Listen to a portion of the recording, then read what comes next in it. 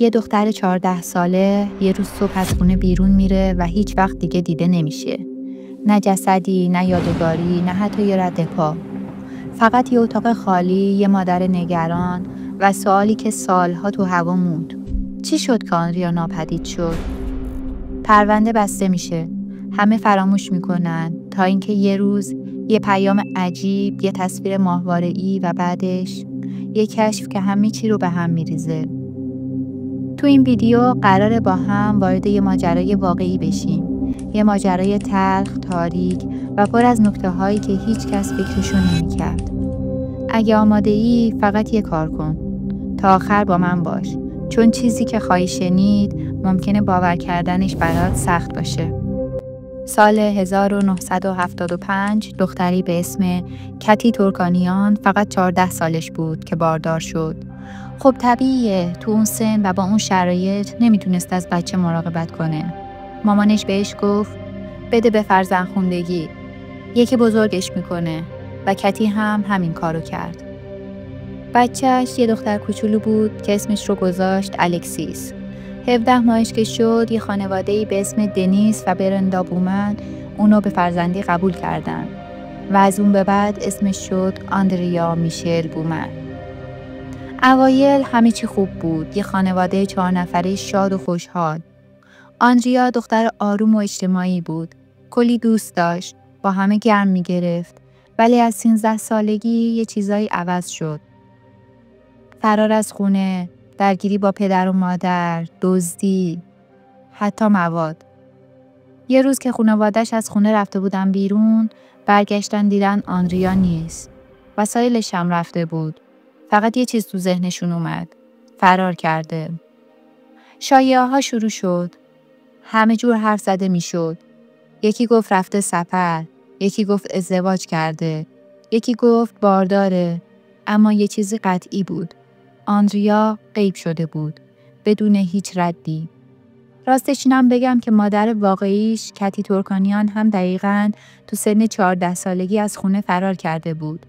انگار تاریخ داشت تکرار میشد. 10 سال بعد، سال 1999، یه پدر و دختر داشتن کنار جنگل تو ویسکانسین قدم میزدن که سگشون رفت سمت یه تیکه زمین و اونجا رو کند و بله، جسد یه دختر نوجوان پیدا شد. با کمک یه کارآگاه به اسم کارل کوپلمن چهره اون جسد بازسازی شد و همه خشکشون زد. شبیه آندریا بود. مکان جسد هم جالب بود.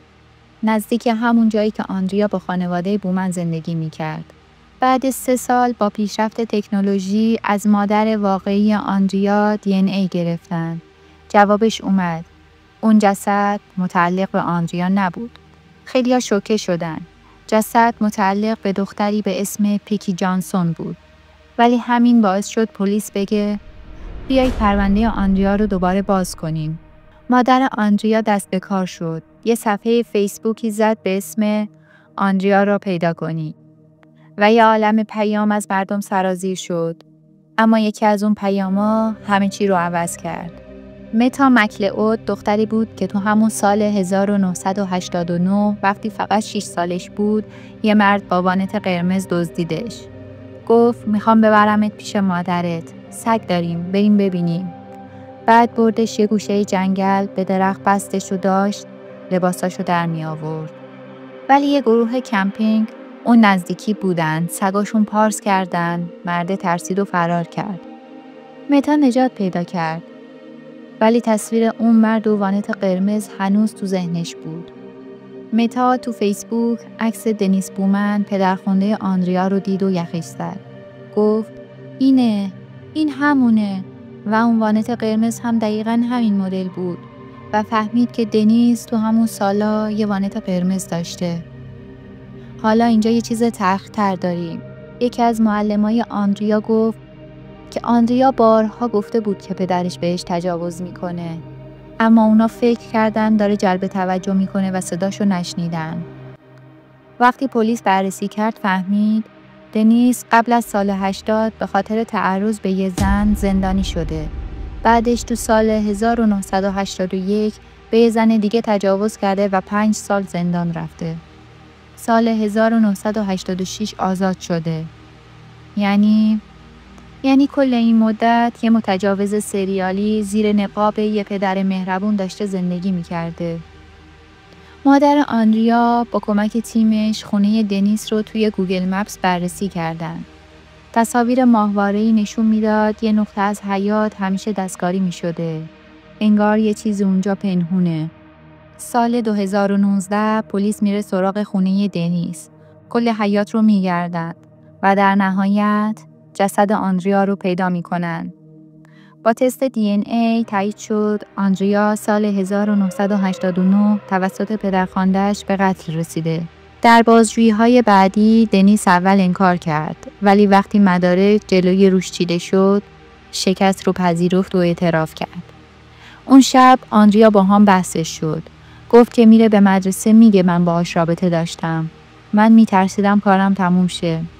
دستمو گذاشتم روی دهنش، فشار دادم، تکون نمیخورد. اما همه چی همینجا تموم نمیشه. طبق مدارک پزشکی قانونی آندریا فقط خفه نشده بود. روی استخوان‌های کشف شده نشونه‌های بریدگی و شکستگی وجود داشت.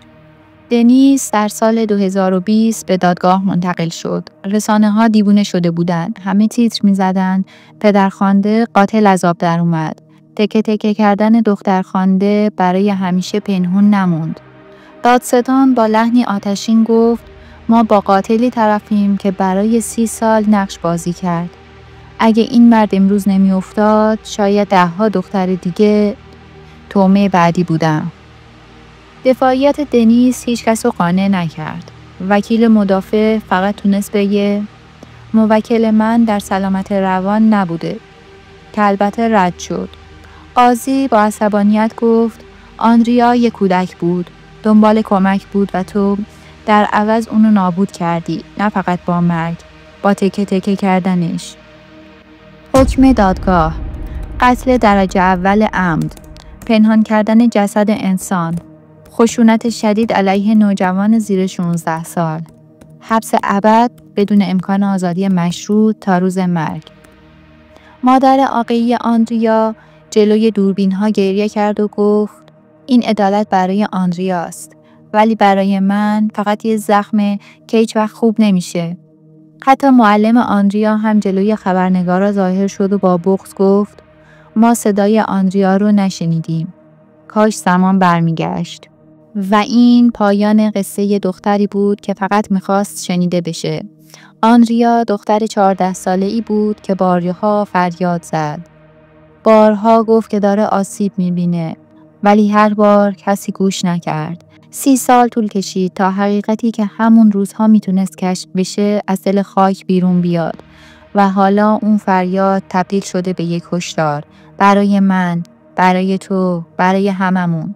شاید دور و برمون بچه‌هایی باشن که دارن چیزی میگن، شاید با زبان خودشون دارن کمک میخوان، فقط کافیه ما بشنویم.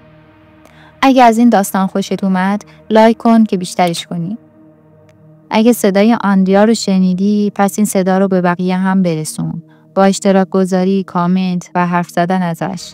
من زارا نوار هستم و تو این کانال ما صدای اونایی میشیم که دیگه نیستن تا شاید یه روزی آندریای دیگه نجات پیدا کنه.